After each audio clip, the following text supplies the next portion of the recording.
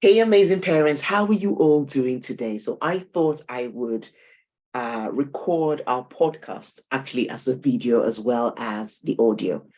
So how are you all doing? Normally, I would just sit down and have my phone and just record the audio, but this time I'm looking at you as I'm recording the video. So for everyone that's going to watch the video and also or listen to the audio, that's all fine. How are you all doing? Awesome, awesome. So today I want to just reflect a little bit on actually limiting beliefs in our teenagers. And what I want to talk about in this topic is how we can actually help, our teenagers reduce their limiting beliefs or not believe in their limiting beliefs or avoid putting in more things in their limiting beliefs or even avoid tapping from their limiting beliefs to actually in their choices. So one of the things that I do know about limiting beliefs is a lot of times limiting beliefs stems from a lot of criticisms or past judgments that has actually been kind of stored in this limiting belief banks that we have. And the whole idea is the more criticisms people get, if for us, even as parents, if we grew up with a lot of criticisms, then we were more likely to have more limiting beliefs stored up in our limiting belief bank. And so that's the same thing, or the same way it actually goes for our children as well. The more we criticize them, the more that's all those criticisms, they don't go any, they're stored in the limiting belief bank. And unknowingly or knowingly, our children tap out of those limiting beliefs in terms of their choices and the actions that they take. A lot of times I hear parents say, oh, why can't my child be confident enough to say no to those negative peer pressure? When people in school come and say, let's do this, why doesn't my child have that confidence? I'm like, confidence doesn't just come out of thin air. Confidence is built. Confidence is nurtured. So when we have a teenager who has stored a lot of criticisms inside their limiting belief bank, it's very difficult for that teenager to then have confidence to have that positive confidence to say, no, I'm not going to do that. No, I'm not going to join you guys in that. I'd rather go home. It's going to be difficult to have that. So here's the deal. Our teenagers, our children in general, they have that limiting belief bank that is in them. And they also have a positive emotion bank that is there. Well, now, the more things go into the positive emotion, the more confident our children become. The more things go into the limiting belief bank, guess what? The less confident our children will be. So it's got to, I don't even want to call it a balance. The positive emotions has got to be more for our teenagers and our children to then be confident. So where do we as parents come in? Where do we come in?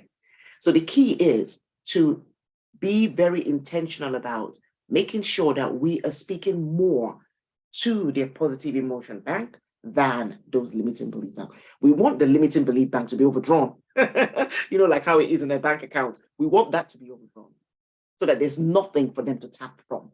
We want the positive emotion bank to be and overflow it so that when they do have challenges, when they do come across problems, they can tap from their positive emotion bank.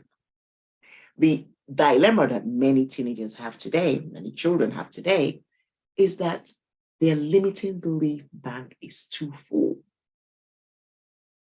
And when the limiting belief bank is so full, then hope is so far away. That's why you see many children going through depression and anxiety because they haven't got anything from the positive emotional bank to tap from. All they see are the negatives, the bad things they've done, the wrong things they've done, the accusations, the mistakes they made, the criticisms that they heard, either from parents, from teachers, from their peers, from their friends. That's all that they've filled, is all filled into that limiting belief bank. And that limiting belief bank hasn't got any hopes. It hasn't got any positive outcomes. So there's nothing for our teenagers to pick up. And so that's why as parents, we need to be in the forefront of always speaking positively to them. even when they do wrong things. You can correct them, but still then say, I love you. You can correct them and say, you know what, I'm still proud of you no matter what, but you still correct them. The only problem, one of the biggest problems that we have as parents is that a lot of times in our corrections are laced with criticisms. And that is one of the biggest dilemmas that we have. And that's why one of the things that I encourage parents is that if you're going to correct your child, if you're going to speak to your child about something that they've done, check with yourself first. Where are you emotionally? Where are you? How do you feel? Ask yourself that question before you go ahead to actually correct your child. Because what tends to happen, because we don't remember to do that self-check with ourselves, we go in to the conversation, we go in, it's almost like we're attacking them as we're correcting them. And what our children see is the attack, they don't see the correction. And then we get frustrated because we're having to repeat it over and over and over again. But guess what? We're not saying it in the way that it can land in their ears. We're not saying it in that way. And so we want to make sure that as we correct them, as we direct them, as we guide them, that we are guiding them with a voice that speaks more to their positive emotional bank than their limiting beliefs. And that is really the key. And when we can get that right, then we're pouring in more into the positive emotional bank. And that's where they can take out from when they face challenges, because our children will face challenges. We can't protect them from challenges. They will face challenges in school. There will be pressure from, for their work or their exams, from their friends. They will go through pressure. In their games, they may not win a match. They may, they will go through different challenges. What do they have to tap from when they go through these challenges? How can they be more resilient when they go through these challenges? It's going to take a lot of the words that we speak to them, the way we treat them, the way that we listen to them. It's going to take a lot of that to be able to hold, to be able to be strong in those challenging times. So what's my summary for today's topic on limiting beliefs is that as parents, we can do these things. First of all, check in with ourselves before we correct our children, because a lot of times it's in the corrections that these criticisms do kind of slip in and actually not do what it's supposed to do. Okay, so that's really the key. So first of all, check in with yourself. Check in with yourself. How do I feel emotionally? How do I feel? And if I'm very charged and very upset, then I'm going to take some time out before I go and talk to them.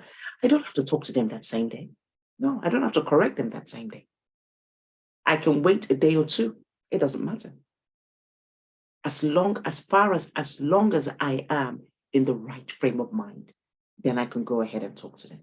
And that's really the key check for all of us.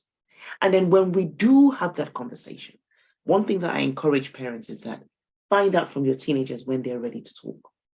I'd love to have a conversation with you about so. What kind of time is good for you for us to have a very quick chat? Make sure you add the word quick to it. So when you say that, then at least you're preparing your teenager for that conversation. You don't just want to come in and just start talking. That's not respecting your teenager's time, irrespective of if you don't know what your teenager is doing at that time. But it's important that we respect their time and actually ask for permission, just at least courtesy demands that we tell them what our intentions are and what kind of time they are available. Ask them, are you available at 7:30 or what time are you available? And then they can come back to you to say what time they're available. But those are the ways that you do things with respect, okay? With respect, because you're modeling that respect to them as well, okay? And so once you've reflected, you've asked them for the time you want to talk to them, and then you go ahead and then at that time that you've agreed, go and have that conversation. Something that you did, that day, I thought about it, I've been thinking about it, and I just thought I'll come in and just share my thoughts about it. And then you correct them. And then you say what would have been preferred to be done, because you don't want to just tell them what you did was wrong, what you did was this, what you did was wrong. No, you've got to actually explain to them what's the better way or their thoughts about it.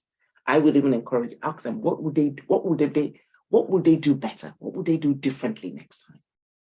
Okay, so it's all about the what questions. How would you approach it next time? What would you do differently? Or what are your thoughts behind? What were your thoughts behind it whilst you were doing it?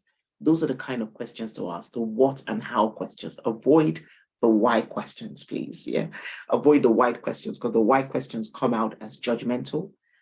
So you want to avoid the why questions when you are approaching your teenagers in these conversations that you need to have. So that's what I thought I would share in this episode on limiting beliefs, how we can help our children reduce their limiting beliefs, or not even have limiting beliefs, and have more of positive emotions that they can then use in being resilient, in being, in facing challenges and rising up after a fall and all that kind of stuff, because that's what we want our children to really have. So reduce the limiting beliefs by reducing the criticisms, the comparisons, the condemn, reduce condemning them, reduce being judgmental. When I say reduce, actually avoid it. I would say avoid it more than just reduce it, but avoid it and be very intentional when you speak to your teenagers. I'm going to share this before I leave. I'm going to say sometimes when I tell parents about being mindful or even rehearsing what needs to be said, they're thinking, well, why should I do that? Oh, I'm the parent, I'm the authority, I'm the this, and I know you are, but it's better for you to have a refined conversation that they will hear, they will listen to, they're able to reflect on, than have a conversation that is overwhelmed with your emotions. And I think that's the key. And this is the reason I say rehearse it or kind of practice it or think about it is not for fear of your teenagers. Now, I'm not on that table. It's not for fear of your teenagers. It's more for the transformation that you want. Because your conversation with your teenager, you want them to reflect on it. You want them to receive it. You want them to hear what it is that you're sharing with them. So I would rather prepare for that so that I can get the end result that I want. And that's the key for all of us. There's an end result we want. So we've got to think through that end result we want and adjust our approach if we want to get to the end result. But if we don't think of the end result and just get in there and just talk anyhow without the filters on, then it's a lost battle, really. It really is a lost battle. And that's the cycle that many parents find themselves going over and over again. And the more they're going through this cycle, the more frustrated they are, the more strained the parent-teen relationship is. And so it's time for us to kind of sit back and say, okay, how do I need to approach this? The way I've been doing this over and over again is not working. And what do they say about insanity? Insanity is doing something, expecting a different result, but doing it over and over and expecting a different result. No, it's not going to happen. We have to change. We need to change the way we do things so that we can then connect with our teenagers in more positive ways. And so that they, for teenagers as well, can have more in their positive emotional bank. And so that they can tap from that when it's time to, when they face challenges and stuff. So that's what I thought I would share today. I trust that this helps, and I trust that you have gotten a lot from what I've shared. Till we speak again next week, I'll talk to you soon. You take care. God bless you and have a fantastic week. Yes.